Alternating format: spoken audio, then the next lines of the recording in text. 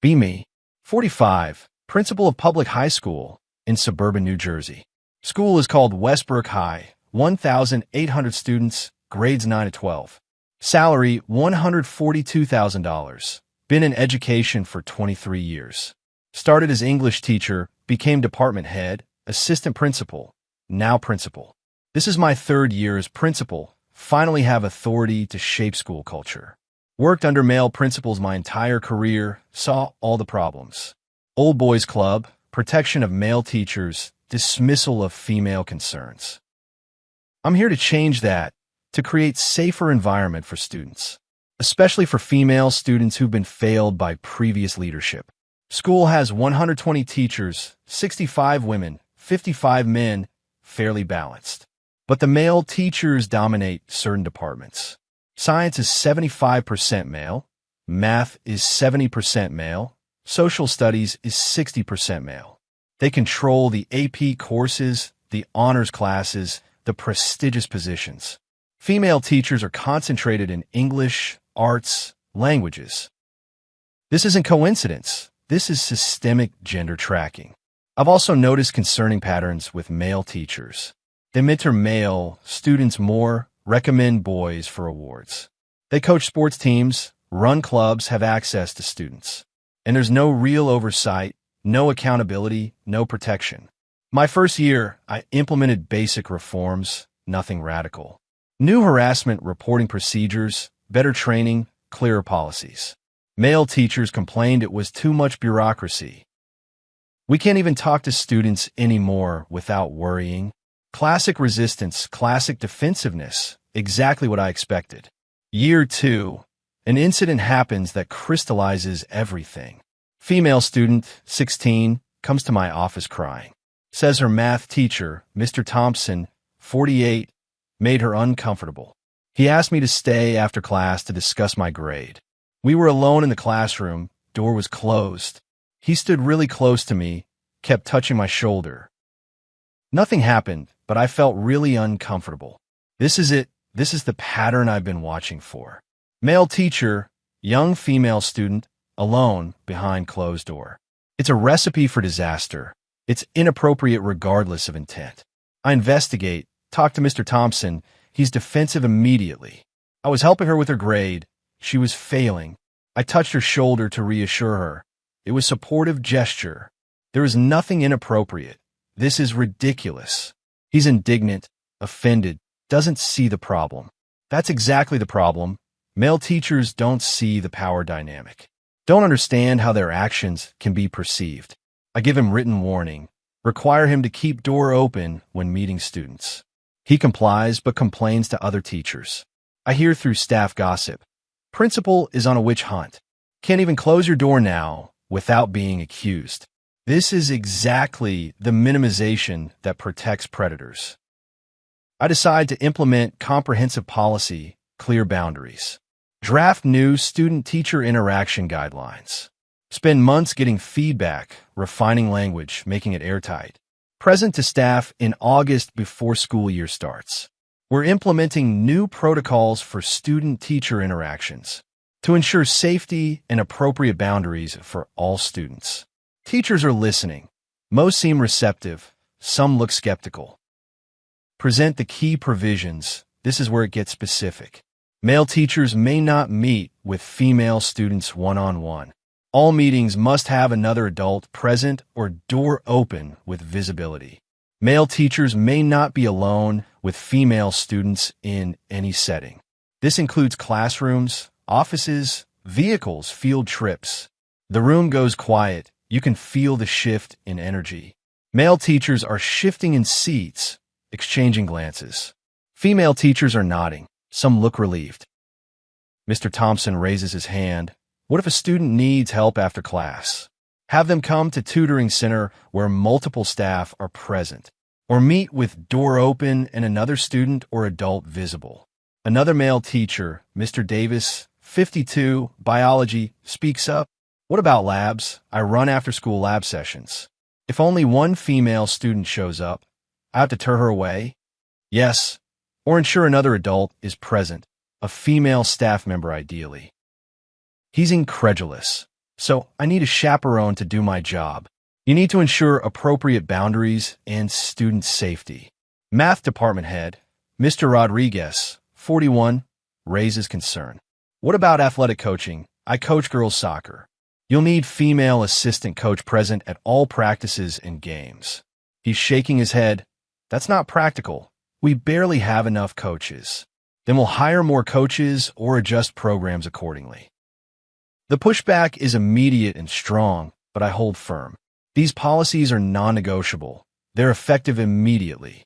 Any violation will result in disciplinary action up to termination. Meeting ends. Male teachers are clearly upset. But I don't care. Student safety is more important than their comfort. First week of school year, problems start emerging immediately. Mr. Thompson has a female student stay after class for help. Leaves door open as required, but another teacher walks by. Reports it to me. Mr. Thompson was alone with a female student. Door was open, but no other adult was in the room. I call Mr. Thompson in, issue written warning. The policy requires another adult present, not just door open. That's not what you said in the meeting. It's what the written policy states. I expect compliance. He leaves angry, muttering about impossible standards. Second week, Mr. Davis, the biology teacher, has issue. Running after-school lab prep, 3 students volunteer to help. 2 boys, 1 girl, all juniors, helping set up experiments. Boys leave early. Girl stays to finish. Mr. Davis is now alone with her. Female teacher walking past sees them, reports it to me. I call Mr. Davis in, issue written warning. You were alone with a female student after hours. We were in a lab, door was open. We were working on experiments. Policy is clear. You cannot be alone with female students. So I should have sent her home, stopped her from learning. You should have ensured compliance with safety protocols. He's furious. This is insane. I'm being punished for teaching. You're being held accountable for following policy. Third week, Mr. Rodriguez, the soccer coach, has major issue. Girls soccer practice, 15 girls on the team. They're doing drills. Female assistant coach has to leave early. Family emergency. Mr. Rodriguez is now alone with 15 female students at practice. He calls the office, asks what to do. Secretary tells him to cancel practice. He cancels, sends girls home.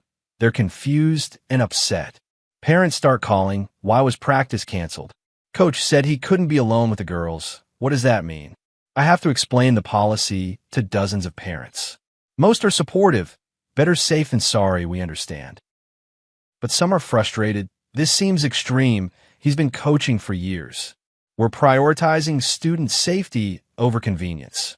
By month 2, the policy is creating serious operational problems. Male teachers are refusing to run after-school programs. Too risky, can't guarantee another adult will always be present. Academic support programs are shutting down. Science club canceled because Mr. Davis won't run it alone. Math tutoring center hours reduced because not enough female staff. Debate team loses coach because Mr. Jenkins won't travel with female students. Parents are noticing, why are all these programs being canceled? We're adjusting to new safety protocols, temporary disruptions. But it's not temporary, it's permanent. Male teachers are disengaging. They're doing exactly what's required in classroom and nothing more. No extra help, no mentoring, no relationship building. Just teach the lesson and leave. Minimal interaction with students. Female students start complaining. Mr. Thompson won't help me anymore. He tells me to go to tutoring center, but it's always full. I used to stay after his class for help. Now he won't let me. Male students are getting all the attention, all the mentorship.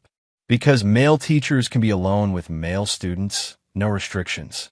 I've inadvertently created 2-tier system I was trying to prevent. Month 3, first teacher resignation. Mr. Davis, the biology teacher, submits resignation letter. After 18 years at Westbrook, I can no longer work under current policies. I became a teacher to help students. These policies prevent that. I refuse to work in an environment where I'm treated as potential predator. I accept his resignation. His choice to leave rather than follow safety protocols. But it's not just him. 3 more male teachers resign in next month.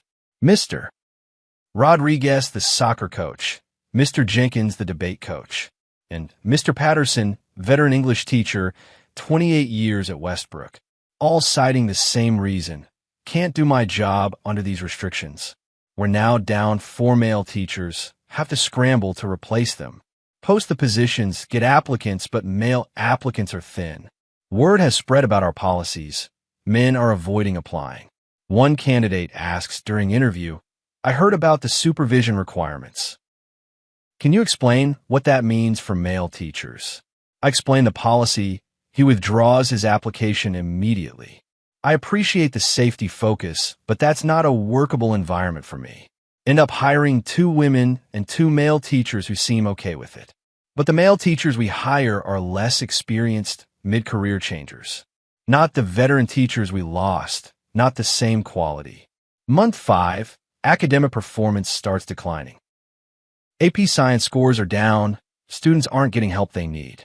Math tutoring is oversubscribed, not enough capacity. Female students especially are struggling. They've lost their support systems. The male teachers they used to go to for help are now unavailable. And the female teachers don't have enough time to help everyone. Parent complaints are increasing.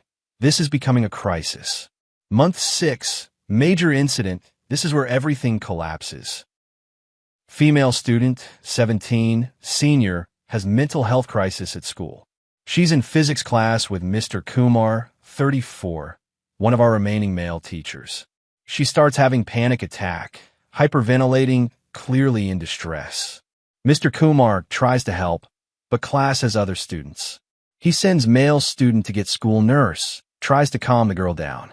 She asks other students to leave, wants privacy, they leave. Now Mr. Kumar is alone with female student who's having breakdown. He knows the policy, knows he shouldn't be alone with her. But she's in crisis, she needs help. Nurse isn't there yet. He stays with her, talks her down, she starts to calm down. Nurse arrives 5 minutes later, takes over, student is okay. But another student saw him alone with her, reports it. I'm required to investigate. It's a policy violation regardless of context. Call Mr. Kumar in. He's expecting praise for handling crisis. Instead, I have to address the policy violation. You were alone with female student for approximately 5 minutes. She was having a panic attack. She needed help. You should have left the room once other students were dismissed and let her have panic attack alone? Are you serious? Another adult should have been present. There was no other adult available. Nurse took 5 minutes to arrive. I'm stuck. Policy is clear, but situation was emergency. I'm issuing written warning. In future, ensure another adult is present. His face goes red. I helped a student in crisis, and you're writing me up. Policy applies to all situations, no exceptions. Then I quit. I'm not working somewhere that punishes helping students. He walks out, submits resignation that afternoon. This one goes viral. Students saw it, posted on TikTok. Teacher got in trouble for helping student during panic attack. Video gets 500K views. Local news picks it up. High school teacher reprimanded for helping student in distress. I'm interviewed, try to explain the policy rationale. Student safety requires clear boundaries and protocols. Even in emergency situations, appropriate supervision is necessary. Comments are brutal. People are outraged. Principal cares more about policy than student welfare. This is what happens when fear overrides common sense. Parents start organizing. They're angry. They want answers. School board calls emergency meeting. I have to present. Boardroom is packed. 300 plus parents, standing room only. This is worse than I thought. This is organized backlash. Board president opens meeting. We're here to discuss student-teacher policies and their impact on school operations and teacher retention. Parents line up for public comment. It goes for 3 hours. Mother of girl who had panic attack speaks. Mr. Kumar helped my daughter. He probably saved her life. And he got punished for it. That's unconscionable. Former student of Mr. Davis speaks. He inspired me to study science. He stayed after school to help me, mentored me through AP Bio. Now he's gone because he's not allowed to help female students. Parent after parent, all saying same thing. These policies are driving away good teachers. Our kids are suffering, programs are canceled, academics declining. A few parents defend me. We need to protect our daughters. These policies ensure accountability and safety. But they're outnumbered 10-1. Sentiment is clear. Teachers Union rep speaks. We've lost 12 male teachers in 6 months. That's 22% of male teaching staff gone or leaving. Recruitment is impossible. No male teachers want to work here. Shows comparison to neighboring schools. They have normal policies. They're not losing staff. We're the only school with this extreme approach. Board member asks me directly, why did you implement these policies? To protect female students from inappropriate interactions. Has there been an increase in inappropriate incidents? No, but these policies are preventative. So you implemented restrictions based on potential, not actual problems. Feel defensive. We're being proactive about student safety. You're treating all male teachers as potential predators. That's not how I'd characterize it. That's exactly how they're experiencing it. Another board member, what's the educational impact? Superintendent has to present data. It's devastating. AP exam pass rates down 15% from last year. Math proficiency down 12%. Science down 18%. Student satisfaction with academic support down 34%. Teacher morale at lowest level in 15 years. Board member, this is unacceptable decline in 1 year. Can you attribute this to the policy changes? Multiple factors, but teacher retention and program cancellations are significant. Public comment continues. More angry parents. By the end, it's clear board is going to act. They vote 7-2 to suspend current student-teacher interaction policies, pending comprehensive review and stakeholder input. They're killing my policy. They're undermining my authority. I speak up. This sends message that student safety isn't priority. This sends message that common sense matters. Board president addresses me directly. These policies were well-intentioned, but poorly implemented. They've had significant negative consequences we can't ignore. We need balanced approach that protects students without alienating teachers. Meeting adjourns. I know what's coming. 2 weeks later, called to close session with board. We're making a change in school leadership. Your contract will not be renewed for next year. You have option to finish this year or resign now with severance. It's over. My career as principal is done. This is retaliation for implementing student safety policies. This is consequence of implementing policies that harm the school. I choose to resign immediately. Can't face the rest of the year. News spreads fast. Principal resigns after controversial policies.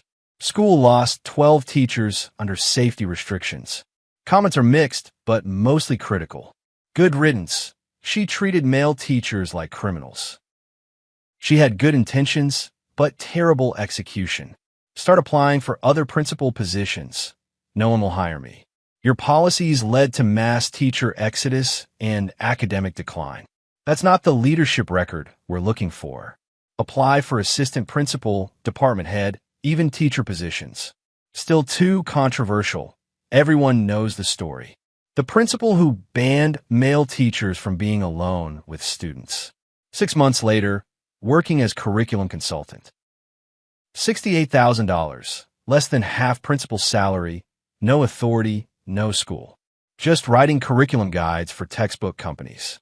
See article about Westbrook. They hired new principal.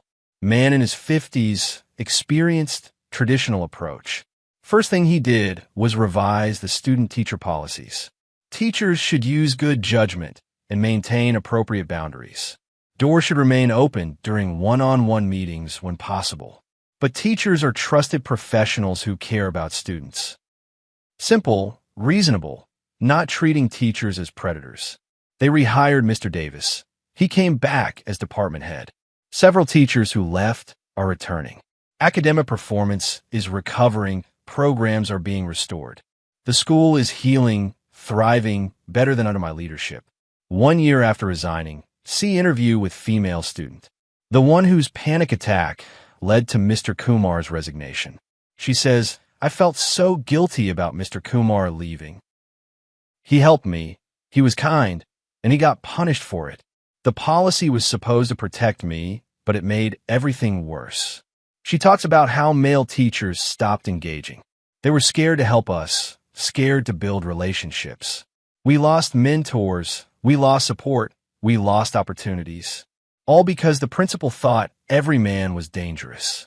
Interview ends with her saying, she had good intentions, I guess. But good intentions aren't enough when you destroy the things you're trying to protect. 2 years later, 47 years old, still doing curriculum work. Makes $72,000, small raises, nowhere near principal track. See that Westbrook won state award for academic excellence. Dramatic turnaround under new leadership. They highlight teacher retention, student support, program diversity. Everything I destroyed, they rebuilt better. 3 years later, get invited to education conference. Panel on well-intentioned policies that backfired. They want me to speak about my experience, be the cautionary tale. Consider declining, but need the professional development. Give the talk. Room is packed with administrators. I believed I was protecting students, creating safer environment. But I implemented policies that treated male teachers as threats and drove away the very people students needed most. Walk through the policy, the resignations, the decline. I didn't trust male teachers to be alone with female students. But in protecting students from imagined dangers, I created real harm by eliminating their support systems. Q&A is difficult, administrators asking hard questions. Did you consider the impact on male teachers? I thought their discomfort was less important than student safety, but their discomfort led to disengagement, which hurt students more. Another question, would you do it differently? Yes, I trust teachers while maintaining appropriate oversight. I'd focus on actual problems, not potential ones. I'd remember that students need male mentors and role models. Leave the conference feeling exposed, but honest. This is my legacy now, the cautionary tale. The principal who didn't trust male teachers and lost them all trying to protect students from them. Now I'm 47, making $72,000, writing curriculum, while Westbrook thrives under leadership that trusts teachers, that protects students through relationships, not restrictions, that understands safety comes from connection, not separation. I believe separation was safety, isolation was protection. I was wrong, catastrophically wrong. Students need male teachers, need male mentors, need men in their lives who show them how good men behave. By driving away male teachers, I eliminated those role models. Left female students with fewer mentors, less support. Male students lost role models too. Everyone lost, all because I couldn't trust men to be good. That's my story, my failure, my lesson. Learned too late, at cost of career and school, because I thought protecting students meant restricting teachers, when really it meant trusting them to do their jobs, while maintaining reasonable, workable boundaries, not impossible standards that drove them away. That's what I finally understand. 3 years too late, $70,000 salary too late. After 12 teachers quit and school performance collapsed, all because I treated male teachers like criminals, instead of the dedicated professionals they were. That's the truth, the painful truth. That cost me my principalship, and cost students their teachers, and cost everyone trust, because I couldn't trust men to be good, and that destroyed everything I was trying to protect.